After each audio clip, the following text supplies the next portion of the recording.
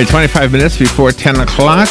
You know, my dad was a New York City policeman. My mother worked as an office lady in New York City. And then when they got married, had children, they moved to Long Island. I was one of them. And as they got older and started thinking what they were going to do for retirement, they decided Florida was the place. And I was 17 years old when we came down here. So I always say I grew up in New York. But, you know, I've been here pretty much since 17. But I've been back in New York a lot. And I was back last year. And you know what I did? I fell in love, Robin. Nice. I fell in love with an area of New York City called Chelsea. Nice. I was always familiar with the city, but I just never really kind of explored Chelsea. So now I'm thinking, okay, I'm 62.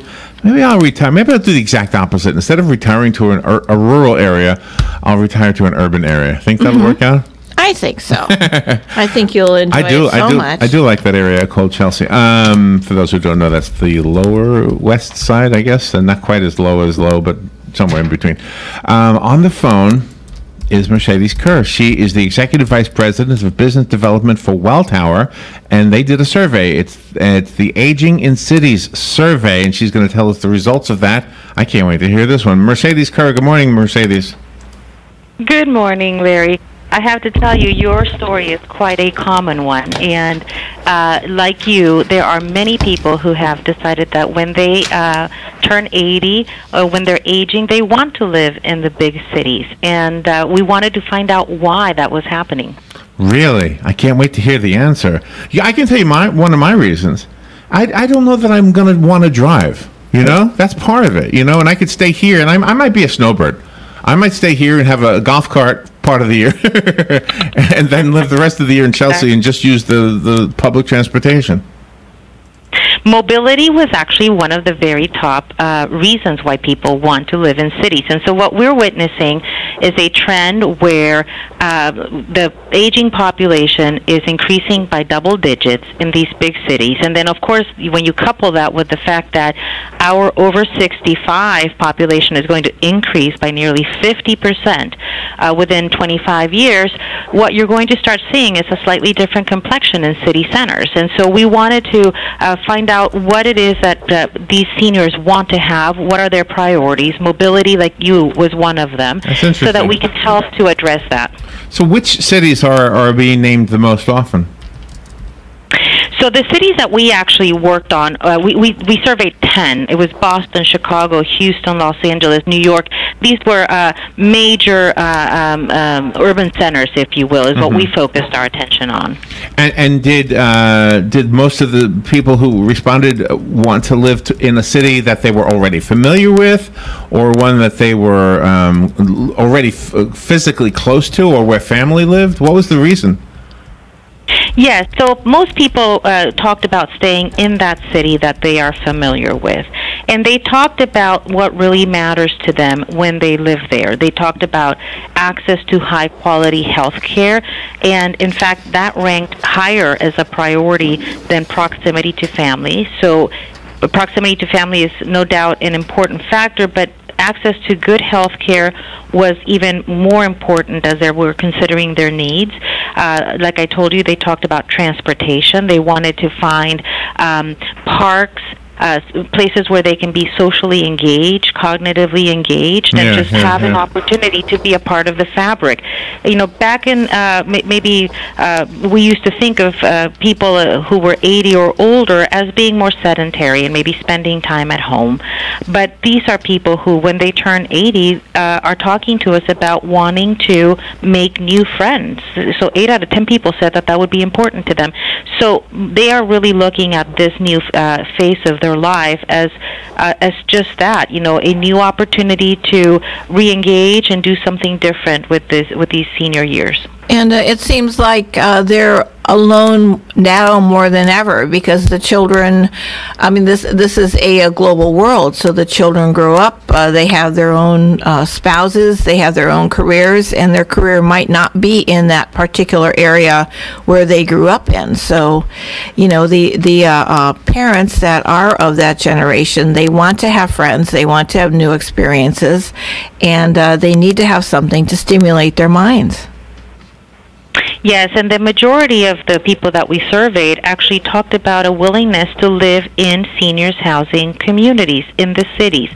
So that concept of community living, maybe facilitating their lifestyle a little bit, downsizing from a large home where you live alone, having access to services, maybe even more affordability for living in a community was something that they were thinking about. So what is the question that those same people would ask regarding the place they want to move to, regarding their health care? Would I say to you, let me use myself as an example, would I say to you, Mercedes, what is the health care like in the city of New York or in the community of Chelsea? Is that information available somewhere?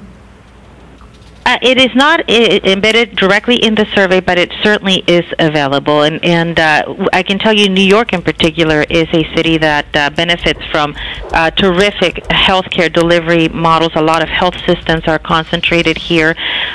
Many cities, including New York, are experiencing a little bit of a transformation toward more ambulatory settings. So hopefully, over time, more care is being provided to us either at home or in outpatient settings, less so in the sort of very clinical hospital with a hospital bed and a hospital gown. So there are a lot of changes that are taking place that are going to be very important to service the needs of this population. Welltower is very focused on this. This is something that's very interesting and important to what we do. Sure. And yes, New York City for sure has a tremendous amount of options. What they don't have as much in New York is seniors housing opportunities, but like I said, Welltower is already working on that as well. And so we'll try to think of something in Chelsea. We'll see if we can put something.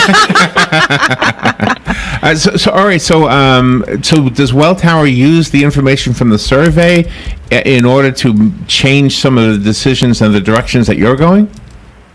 Certainly, the information really, thankfully, corroborated some of our strategies, but there is more focus in some of the information that we received that allows us to have different conversations with the providers and others who play a role in trying to address these needs. So we try to convene the different components, the different providers, the different players, if you will, to try to create these solutions together. So this allows us to really advance those conversations. I'm wondering how much technology plays a role in healthcare of the future or of even today. You hear about the telehealth, et cetera, and are you constantly teaching senior citizens how to use the new technology for their own health purposes? I have to tell you that the adoption rate is very, very fast and surprisingly easy. So what I'm saying is that as the population is aging, they are aging when they're already understanding and knowing technology on their own and much more comfortable with it. And I think as baby boomers age and when they reach 80 and beyond, I think they will be much better versed than perhaps prior generations might have been. But they do see technology as an opportunity, like you said, telehealth, smart homes. There will be advancements that I think are going to be very critical in providing better opportunities for people to age in place and age in these cities. And the safety is really important to the family members of the person, wherever that person is going to live. So I think open discussions are really good between the parent and the children or the grandchildren to alleviate those fears. Safety is a very important factor, and it kind of plays into wellness. So as we live longer, it's important that we figure out ways to live well and to live better. And so these elements of cognitive engagement and social engagement, the things that we were talking about before, maybe living sometimes in community surrounded by experts who are able to care for somebody who is maybe more frail, safety, all of those go toward wellness, which I think is going to be a very important conversation to keep having as we try to live better while we live longer. Mercedes, thank you for being on the air with us. Before we say goodbye, do you want to give us a website so we can look at this further? Yes, absolutely. If you go to agingincities.com, you will find the full survey. Oh, wow. agingincities.com. All right, I'm going to age in the city, Robin.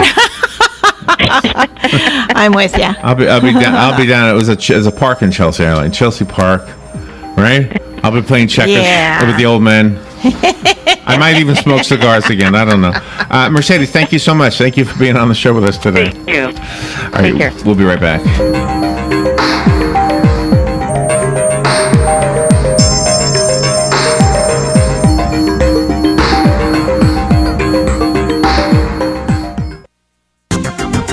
The weather is brought to you by myfwc.com. Safe boating is no accident. On this Wednesday, times of sun and clouds with a morning shower in spots along the coast. Dry elsewhere. The high 85 at the coast, 90 inland. Partly cloudy winds tonight. Lows in the mid and upper 60s in the coolest inland locations to 75 on the coast. Thursday will be partly sunny. There can be a shower or two in the afternoon along the coast. The high 84 at the coast to 89 inland. From the Florida Weather Center, I'm meteorologist Joe Lundberg. Hi, I'm Seth with AA Lock, Dock, and Security. Have you ever thought about the locks or security on your house or business? Have you ever wondered why the keys to your new car cost so much? Well, at AA Lock, Dock, and Security, we can help with securing your valuables.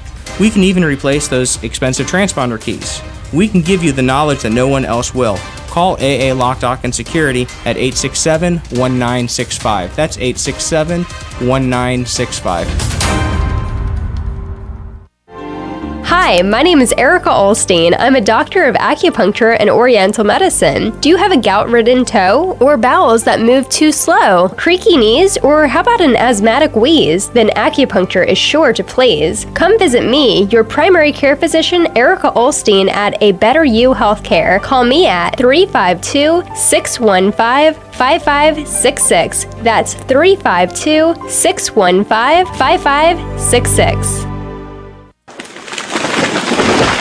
That was the sound of a tree falling. It could be your tree. You're going to have it trimmed, but never got around to calling Pride Tree Service. It could have fallen in a field, and now all you have to do is call Pride Tree Service, and they'll have it quickly out of the way for a great price. But don't wait until the tree falls. It may not fall in the field. It may hit your car, your house, or worse. So call Pride Tree Service today and avoid all those headaches before they happen. Pride Tree Service, 572-2510. That's 572-2510.